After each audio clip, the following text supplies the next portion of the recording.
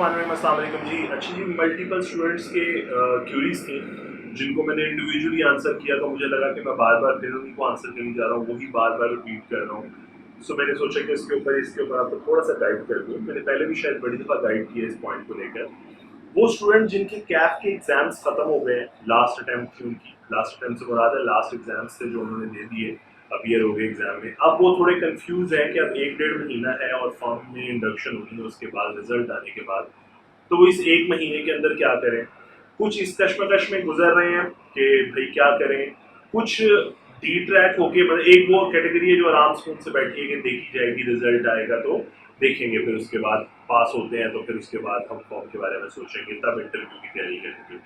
दूसरी category student की वो है जो थोड़ा सा ईगर है, उनका ह्यूमन बिहेवियर है कि उनको लगता है वो पास है पक्के, उन्होंने फॉर्म में इंडक्ट होना है, तो फॉर्म में इंडक्शन के लिए उन्हें क्या करना चाहिए, तो वो उसके ऊपर फोकस कर रहे हैं।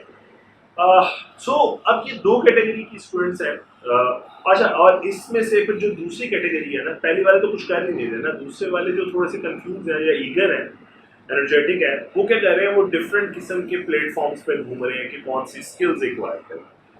तो मेरा मेरा जो टॉपिक है वो इसी के ऊपर है कि इस 1-1.5 महीने में क्या करना चाहिए, या 1 महीना है जो इफेक्टिवली, उसमें क्या करना चाहिए उस स्टूडेंट्स को। अच्छा, एक आधी क्यूरी ऐसी भी आई जिसमें मेरे पास ब्रोशर आया एक पर्टिकुलर बिजनेस एंटिटी का, जिसमें उसने डिफरेंट कोर्सेज ऑफर किए हुए थे, अकाउंटिंग का कोर्स, सॉफ्टवेयर का कोर्स, एक्सेल का कोर्स, एडवांस एक्सेल का कोर्स, ऑडिट का कोर्स, ठीक है, और उसकी एक डिफरेंट प्राइस थी जो भी थी। मुझे इस बात में कोई इतराज नहीं है, हर पर्सन यहाँ पे अर्न करने आया है तो वो अपने अर्न करने का तरीका अपनी डोमेन के अंदर ढूंढ लेता है। वो गैप देखता है, उसमें लगता है उसे पेनिट्रेट करना चाहिए। बट मैं एक बात क्लियर कर दूं, उसके बाद आपका जो दिल करे, जहाँ दिल करे पैसे जाया करें आप, या जहाँ दिल करे पैसे लगाएं। एक चीज समझा देता हूँ, बीइंग अ टीचर, कि देखो आपके आर्टिकल्स खत्म हुए, सॉरी आपके पेपर्स खत्म हुए, फर्म जो इंडक्ट करने जा रही है आपको, फर्म आपको इंडक्ट करने जा रही है फॉर लर्निंग पर्पसेस, कि भाई मैं एक ऐसे प्रोफेशनल को हायर करने जा रहा हूँ जिसको मैंने प्रोफेशनल बनाना है, जिसके मेरे ऊपर मैंने एफर्ट करनी है। और अगर मैं आपके 3.5 साल के टेन्योर की बात करूँ तो इसमें से तकरीबन 2 साल वो आप लोगों पे इन्वेस्ट करते हैं, और बाकी अगले 1.5 साल आपसे फायदा उठाने की कोशिश करते हैं। मतलब आप you will be in a senior position जहाँ पे आप लीड कर रहे हो डिफरेंट प्रोजेक्ट्स को, ठीक है। उससे पहले 2 साल वो आपके ऊपर एफर्ट करते हैं। अच्छा, अब ये चीज तो समझ आती है ना। अब 3.5 साल उन्होंने ऊपर आपके ऊपर एफर्ट करनी है और आपको एक रियल मीनिंग में एक चार्टर्ड अकाउंटेंट बनाना है। टेक्निकल नॉलेज आई कैप दे रहा है, educational knowledge, educational expert, informative knowledge कह लें, और दूसरी साइड से प्रैक्टिकल नॉलेज जो है वो फॉर्म आपके अंदर इंडक्ट कर रही होती है। साथ साथ आप एग्जाम दे रहे हो, साथ साथ आप आर्टिकल सीख रहे हो। अब यहाँ पे मेरा क्वेश्चन, मेरा ये एक पॉइंट ऑफ व्यू आता है कि देखो, फर्म आपको हायर कर रही है आपकी ट्रेनिंग के लिए, ट्रेनिंग ऑर्गेनाइजेशन कहते हो आप इसे, ठीक है। ट्रेनिंग ऑर्गेनाइजेशन ने कराना क्या है?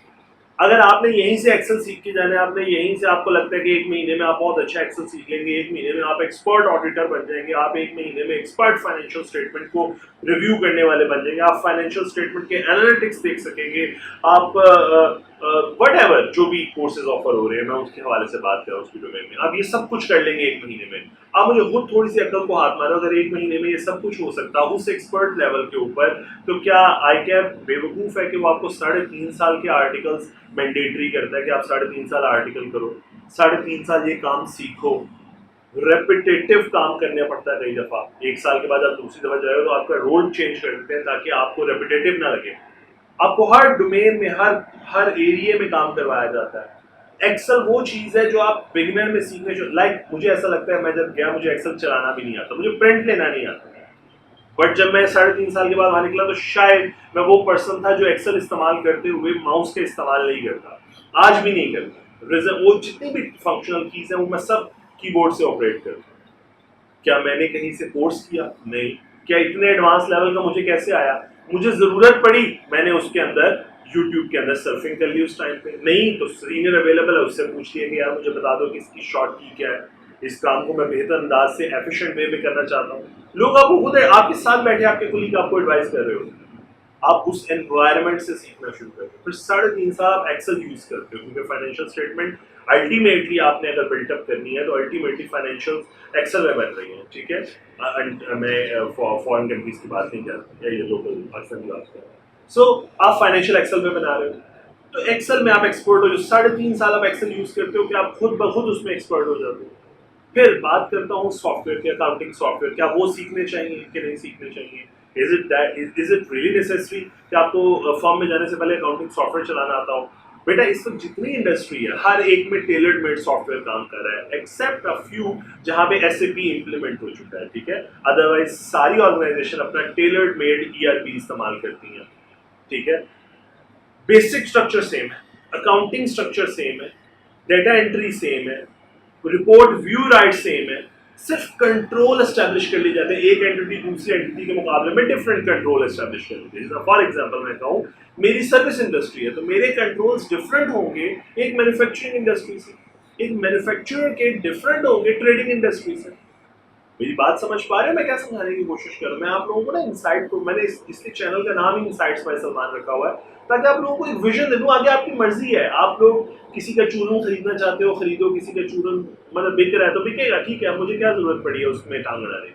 मैं सिर्फ आप लोगों को समझा रहा हूँ कि क्या ये वाकई नेसेसरी है, क्या ये वो स्किल एक्वायर करना वाकई इतनी जरूरी है।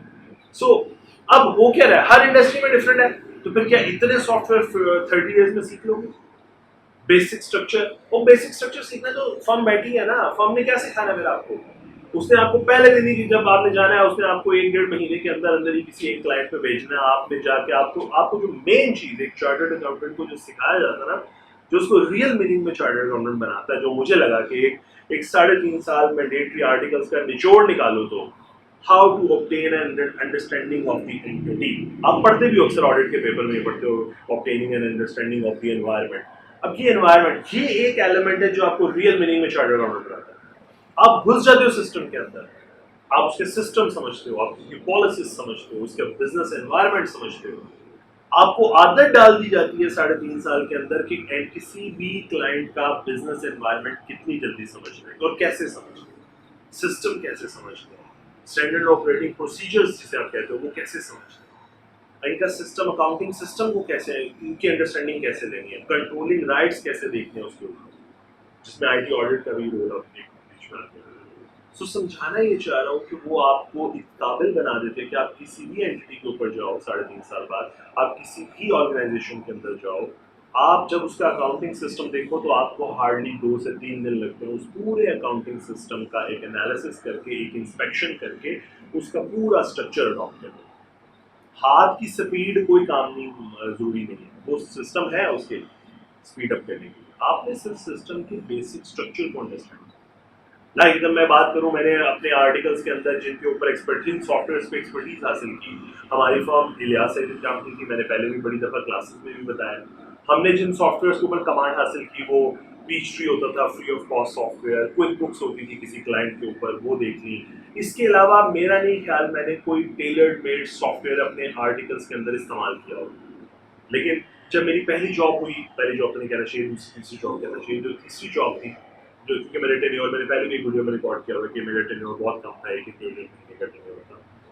सो रडॉल्फ में जब जॉब ज्वाइन की, तो वहाँ पे एक ग्लोबल बेस्ड मैनेजमेंट सिस्टम जीपीएमएस के नाम से ऊपर एक टेलर्ड मेड अकाउंटिंग सॉफ्टवेयर, मुझे हार्डली 1 हफ्ता लगा उस अकाउंटिंग सॉफ्टवेयर को अंडरस्टैंड करने। फिर उन्हीं का एक और अकाउंटिंग सॉफ्टवेयर भी था जो ओल्ड वर्जन था, जो इससे पहले चल रहा था, जिससे वो माइग्रेट कर रहे थे इसके ऊपर, वो सोलहट के नाम से था, वो भी एक टेलर्ड मेड सॉफ्टवेयर। उसको समझने के लिए थोड़ा ज़्यादा टाइम लगा, क्योंकि वो ज़रा पुराना टाइप का सिस्टम था, उसको समझने, उसकी रिपोर्ट्स इतनी अच्छी डेवलप नहीं होती थी उस टाइम के ऊपर, तो इसलिए माइग्रेशन चल रही थी। समझाना ये चाह रहा हूँ कि मुझे 1 से 1.5 हफ्ता लगा होगा, 2 हफ्ते लगते होंगे यार, चलो ज़्यादा कर दो, 3 हफ्ते, 1 महीना लग गया, इतना टाइम नहीं लगता वैसे, 1 हफ्ता लगता है आपको development understanding of the entity. So मुझे वो चलाना आ गया। फिर रडोल्फ ने ही कुछ एक एंटिटी के अंदर इम्प्लीमेंट किया एसएपी, तो उसकी ट्रेनिंग्स के अंदर आपने एसएपी भी सीखी। मैं समझाना ये चाह रहा हूँ, ये ट्रेनिंग ऑर्गेनाइजेशन का मकसद आपको ट्रेनिंग देना है इन्हीं कामों में जिनके कोर्सेज आप 1 महीने के लिए ले जा रहे हो। क्या 1 महीने में आप ऑडिट के एक्सपर्ट बन सकते हो, अकाउंट के एक्सपर्ट बन सकते हो, फाइनेंशियल स्टेटमेंट के एक्सपर्ट बन सकते हो, एक्सेल के एक्सपर्ट बन सकते हो? तो फिर अगर ऐसी बात है 1 महीने में इतने इफेक्टिव कोर्सेज हैं, तो फिर 3.5 साल के आर्टिकल्स क्यों करते हो? फिर व्हाई नॉट आप इसको रिड्यूस करके आर्टिकल्स को 1 महीने 2 महीने के क्यों नहीं कर देते? सो मेरा अब एडवाइस ये है, अब जो इसको चूर्ण खरीदना खरीदे, सिर्फ एडवाइस ये है कि इस 1-1.5 महीने के अंदर अपनी स्किल्स के ऊपर काम करो। किस स्किल के ऊपर? कम्युनिकेशन स्किल्स के ऊपर काम करो, अपनी सॉफ्ट स्किल के ऊपर काम करो।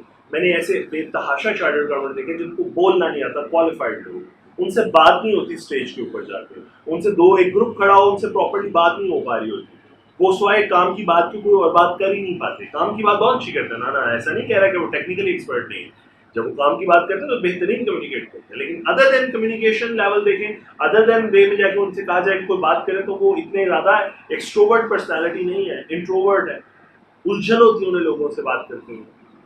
सो उस स्किल के ऊपर काम करो, और वो उसके ऊपर बेतहाशा रिकॉर्डिंग मैं करवा चुका हूँ।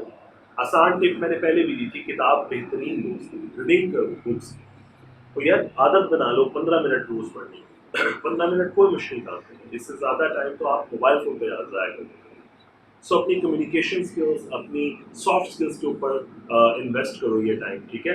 डिफरेंट यूट्यूब के ऊपर ट्यूटोरियल्स अवेलेबल होंगे कि ये कैसे मेरे भी बल्कि कुछ लेक्चर्स अवेलेबल है, चले मेरे अलावा मल्टीपल लेक्चर्स अवेलेबल है कि हाउ टू डेवलप या how to improve communication skills. उस पर काम करो, रीडिंग करो, नॉवल रीडिंग या बुक रीडिंग सबसे बेस्ट चीज़ है, आपको कंटेंट देती है, वैल्यूएबल कंटेंट। और मैं एक बात बता दूं कि हम बात सिर्फ इसलिए नहीं कर पाते, हमारे पास कंटेंट नहीं होता। कंटेंट होना हमारे मजे की चीज है, तो देखो हम कितनी बातें करते हैं। गौर कर लो, अपने दोस्तों में बैठो, कितनी देर गप लगा सकते हो। अगर ऑटोमोबाइल या सेलफोन में इंटरेस्ट है तो कितनी देर, घंटों आप सेलफोन की बातें कर सकते हो। इसका क्या मतलब है? बात तो आप कर सकते हो, कम्युनिकेशन स्किल्स तो है। तो कई लोगों को तो यही समझ नहीं आ रही कि उनको कम्युनिकेशन स्किल्स का इशू नहीं है, उनको कंटेंट का इशू है। हाँ, कईयों में जेन्युइन कम्युनिकेशन स्किल्स का इशू होता है, उनके पास कंटेंट होता है लेकिन वो बात नहीं कर पाते। उस केस में क्या करें? एनवायरनमेंट बिल्ड करें, एक आधा बंदा दोस्त ऐसा बनाए जिसके साथ खुल के बात कर सके, जिनमें हिचकिचाहट ना हो, शर्म ना हो, कुछ भी बोले, गलत बोले, सही बोले, अच्छा बोले, बुरा बोले, बोले उसके साथ। डिस्कशन का टाइम रख लें कि हम आधा घंटा बात करें, फिर देखो कैसे नहीं बात होती। बात समझ आ रही है? कम्युनिकेशन स्किल्स, सॉफ्ट स्किल, वो चीजें जो फ्री ऑफ कॉस्ट आपको बेतहाशा लोगों के ट्यूटोरियल अवेलेबल होंगे इसको, कि इसको कैसे बिल्डअप करना। मल्टीपल लोग हैं, मैंने पहले भी बड़ी दफा नाम लिए उन लोगों के कि जो लोग मोटिवेशनल स्पीकर्स हैं, उनमें कुछ लोग हैं जो बहुत अच्छा काम कर रहे हैं चीज़ों के ऊपर। मैंने अक्सर उसको सुना है, साइमन को सुना है, वो बहुत खूबसूरत बोलते हैं। इसके अलावा सोनू शर्मा है, आपके पास बहुत अच्छा पर्सन संदीप है, संदीप महेश्वरी, ये वो लोग हैं जिन्होंने बहुत काम किए इस पर्टिकुलर टॉपिक के ऊपर। तो वहाँ से सुनो यार, फ्री ऑफ कॉस्ट अवेलेबल, उसको प्रैक्टिस में लाओ। आई होप मैंने कोशिश की है कि मैं आपको एक इंसाइट प्रोवाइड कर दूँ इस चीज़ के ऊपर भी। तो अल्लाह ताला आप सबको सारी का सारी बात